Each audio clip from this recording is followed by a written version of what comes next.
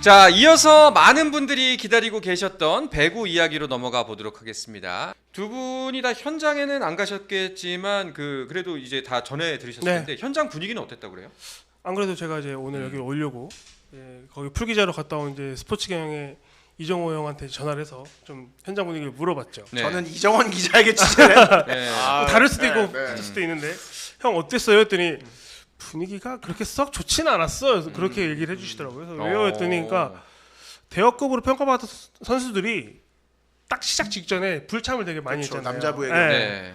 그래서 또 매년 나오는 얘기긴 하지만 쓸만한 선수가 별로 없다. 아무래도 경력직이 많은 것도 새 얼굴 중에 괜찮은 선수가 없다는 거에 방증이니 하니까 그래서 구단들도 좀 이럴 거면 왜 트라이아웃을 계속 하는 건지 모르겠다 이런 얘기도 나왔다고 하더라고요. 예, 그래서 사실 40만 달러라는 연봉이 적은 돈은 사실 아니잖아요. 그렇죠, 근데 남자부. 근데 이게 트라이아웃이 아니고 자유계약이면 더 좋은 선수를 데리고 올 수 그렇죠. 있는데 그 A급들은 트라이아웃 자체를 거부감을 느끼는 거죠. 그럴 수 있죠. 내가 그럴 수 있지. 이 정도 급인데 내가 왜 너의 테스트를 받아야 돼 하기 때문에 저는 자유계약으로 좀 흘러가는 게 맞지 않나라는 생각을 다시 한번 하게 되더라고요. 전에 들어보니까. 여자부도 사실 상황이 좀 크게 다르진 않은데 어쨌든 이번에 재계약 선수 2명 그리고 한국에 왔던 선수가 다시 2명이 오잖아요. 그러니까 새로 뽑힌 선수가 3명밖에 없거든요. 그만큼 좀 풀이 트라이아웃 풀은 이제 한계에 도달했다. 이제는 정말 자유계약은 좀 선택이 아닌 필수가 되어가고 있는 분위기다. 그런 거 좀 크게 느꼈던 것 같습니다. 저희가 지난 시간에도 이것 관련해 가지고는 참 이야기 많이 나눴었는데 그렇죠. 결국에는 대세는 자유계약으로 가지 않나라는 생각이 좀 들기는 합니다. 그 외국인 감독들은 자신들의 시즌 운명을 구슬로 하는 것도 이게 왜 이렇게 해야 되는 거야 그렇죠. 얘기를 이해를 하더라고요. 잘 못하죠, 네. 사실. 알겠습니다. 그러면은 그 트라이아웃 결과를 보면서 이야기를 네. 좀 더 이어가 보도록 하죠. 일단은 여자부부터 확인을 해보도록 하겠습니다. 자, 1순위였던 IBK 기업은행은 빅토리아와 재계약을 맺었고요. 그리고 사실상 1순위인 페퍼저축은행이 미국 선수죠. 네. 웨더링턴 선수를 뽑았습니다. 자, 그리고 현대건설이 가이스버거, 도로공사가 모마. 자, 그리고 정관장이 사전 조사에서 1위를 했던 자네테 선수를 뽑았고요. 그리고 GS카시스는 다들 아시다시피 실바와 재계약을 했고, 그리고 흥국생명이 라셈 선수를 뽑았습니다. 어떻게 보시나요? 뭐 사실 웨더링턴이 페퍼에서 뽑혔는데 다들 조금 예상했던 선수는 아니었거든요. 의외다. 웨더링턴 선수 같은 경우에는 처음에 이제 사전에는 굉장히 높은 평가를 받은 선수는 아니었는데 그래도 좀 어느 정도 구단의 레이더망에는 있었던 선수예요.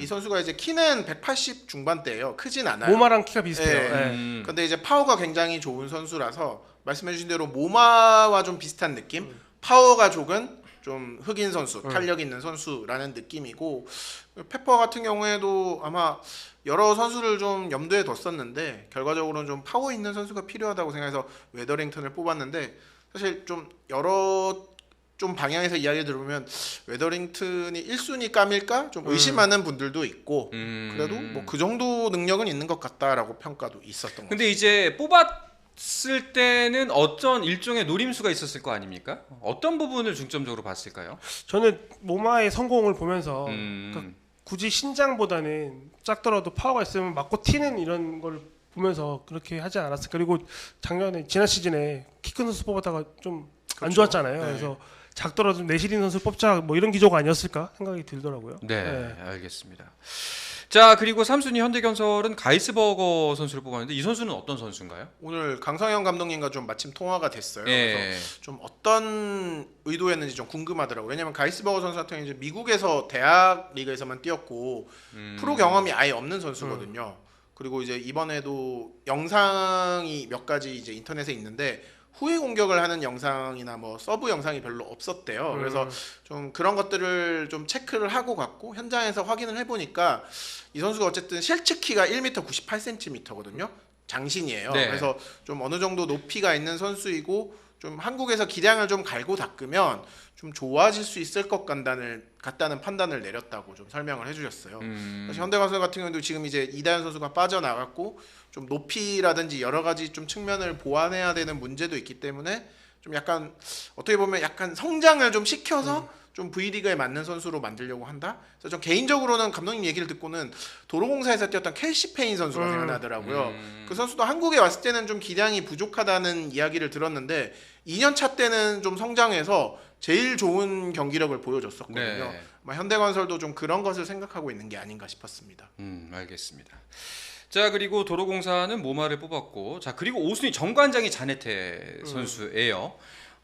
이게 이 선수가 사실은 사전에는 가장 주목을 크게 받았던 선수였잖아요. 네. 예. 근데 들어보니까 스트라이드 현장에서 좀 몸이 좀 별로 안 좋았대요. 네, 거기서 이제 연습 경기를 이틀을 하는데 그래서 좀 밀린 게 아닌가 싶은데 고이진 감독은 만족스럽게 뽑았다고. 그러니까 고이진 감독 같은 네. 경우에는 약간 신난 느낌이라고 예, 너무너무 잘 뽑았다고.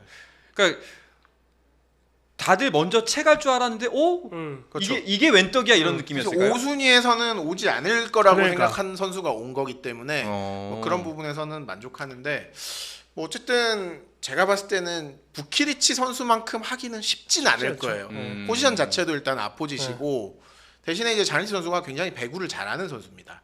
어쨌든 이탈리아 리그에서 이렇게 오랫동안 살아남았다는 것만으로 이 선수의 능력은 인정이 10년 되는 차인가요? 거고요. 네. 경험이 되게 네. 많은 선수죠. 대신에 이제 이 선수가 동양에서 뛴 적이 없거든요. 그러니까 한국 V리그에서 원하는 음. 이른바 몰빵을 해주는 능력은 사실 검증이 안 됐거든요. 네. 그 부분이 사실 이제 해낸다면은 정말 더할 나위 없이 좋은 거고 좀 되지 않는다면 정관장이 좀 어려운 시즌을 치를 수도 있는 거죠. 네. 자, 그리고 GS 칼텍스는 실바와 제기야, 그리고 홍국생명이 라셈을 뽑았습니다. 이 선수는 어떤 선수인가요? 2021년, 2022 시즌에 기업은행에서 우리나라에서 네, 뛰었었죠. 근데 중간에 기량 미달로 퇴출을 당했었던 네. 좀 아쉬운 선수인데 또 할머니가 한국인이세요. 그 네. 3세라고 들었습니다. 3세예요. 네. 그래서 커터인데 김연경 선수의 입김이 조금 들어갔다는 얘기를 좀 들었습니다. 네. 김연경 선수가 직접 어드바이저로 현장에서 네, 보고 보면서 이 선수를 뽑는 것이 네. 낫겠다.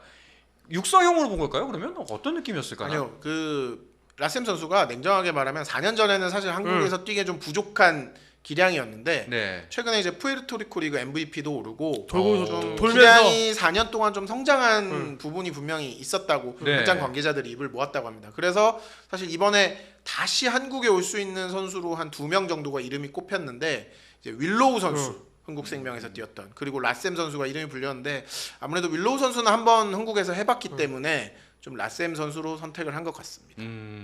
한국 리그에 적응을 했다는 점이 제일 좋은 점이잖아요. 어쨌든. 네. 그러니까 들어보니까 현장에서도 김연경 선수가 영어가 되잖아요. 그래서 라셈이랑 윌로우랑 얘기를 엄청 많이 했대요.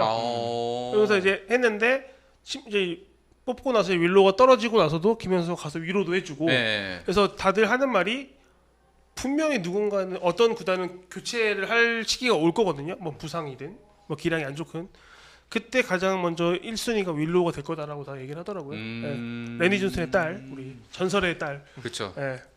렌지 존스도 많이 늙었겠다. 네. 딴 얘기지만. 예. 네. 상선 약수님이 라셈은 워크애식이랑 기량 발전 가능성으로 뽑았다고 하네요. 이렇게 말씀. 그렇죠. 사실 그 당시에도 퇴출 당할 때도 마지막까지 되게 맞아요. 성실한 모습을 보였었거든요. 그리고 또 이게 어쨌든 라셈 선수가 이게 프로에서는 외모도 어쨌든 상품성이잖아요. 네. 이 외모가 굉장히 뛰어나서 팬들이 굉장히 좋아하시더라고요. 좀 그런 부분도 뭐 아주 고려하지는 않은 것 같긴 합니다. 그리고 또 들어보니까 라셈 선수가 한국에서 정말 뛰고 싶은 의지가 강했던 것 같은 게 기화 얘기도 살짝 했대요. 자기는 잘 되면 기아까지도 하고 싶다. 뭐 그게 한국에서 뛰고 싶다는 의지의 표현인지 진짜 기아를 할 생각이 있는지는 모르겠지만 뭐 이렇게 여건이 되면은 한국에 기아하고 싶은 생각도 있다라고 얘기를 했다고 하더라고요. 네. 네. CWP님께서 버퍼만 좀 해결하고 가면 안 될까요? 말씀하셨는데 저희 안 그래도 제작진이 지금 계속 그것 때문에 바깥에서 지금 왔다 갔다 했는데 이게 저희만 문제가 아니라 유튜브 서버의 문제인가? 예, 유튜브 전체 문제인 것 같습니다. 다른 채널들도 좀 버퍼링이 심하다고 하네요. 일단은 불편 끼쳐드려서 정말 죄송합니다. 귀화 얘기하니까 모마도 귀화 얘기 있죠. 그렇죠. 네. 그러니까 모마 선수도 한국을 좋아하는데 네. 뭐 이게 사실 귀화라는 게 또 생각처럼 쉬운 거는 아니잖아요. 근데 이제 라셈은 또 할머니가 한국인이라는 또 명분도 있으니까 또 우리나라 대표팀이 경쟁력이 좀 떨어지니까 라셈 같은 선수가 기아를 하면은 저희야 뭐 정말 천군만마이긴 한데 또 이번 전보다는 사실 특별 귀화가 좀 어려워졌기 때문에 쉽지는 않을 거예요. 네. 근데 진짜 3세쯤 되니까 사실 한국 분인지는 한국 피가 섞였는지는 잘 모르겠. 그렇죠. 들어가요. 뭐 네. 엄청 눈에 띄진 않죠. 그러니까요. 그게 있구나. 알겠습니다. 많은 분들이 궁금해하는 게 이제 그 트라이아웃 비하인드 이야기, 현장에서 있었던 이야기를 좀 많이 궁금해하시네요. 뭐 항상 있는 일인데 사실 트라이아웃에서 좀 기대치가 떨어지는 선수들의 가장 큰 원인이 이제 실측을 하기 때문이거든요. 그러니까 선수들이 프로필에 낸 키와 체중이 트라이아웃에서 가장 먼저 하는 게 키와 점프, 그다음에 네. 체중 측정이거든요. 다른 선수들이 좀 많죠. 있어요. 그러니까 남자부 같은 경우도 막 체중 10kg 이상 막 줄이는 선수도 있고. 야, 아니 근데 들통날 걸 왜 그렇게 줄이지?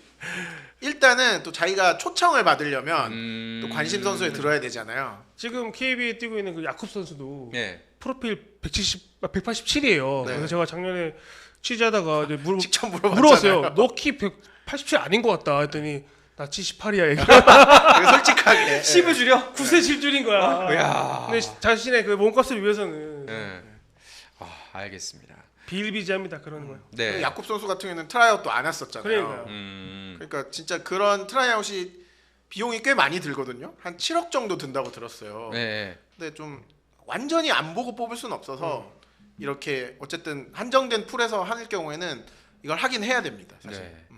써니님께서 여자 배구 분위기는 어땠나요? 자유계약 이야기 없었나요? 아마 근데 아까 앞서 좀 말씀드렸지만 자유계약 팀 내 이제 구단에서도 그런 얘기 많이 나왔을 것 같은데요.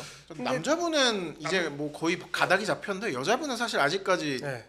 진척은 없잖아요. 하게 된다면 남자부가 더 먼저 하게 될 것 같아요. 아니, 좀 더- 뭐, 근데 그건 또 뭐야? 남자부 먼저 하고 여자부 따로 하고. 이게 우리나라 이게 실무위원회가 이제 보통 사무국장님들이 나오시고 이제 단장님들이 나와서 이사회를 하는데 이게 남자부와 여자부의 이해가 다른 경우들이 꽤 많거든요. 사실 그런 경우에는 따로따로 가기도 합니다.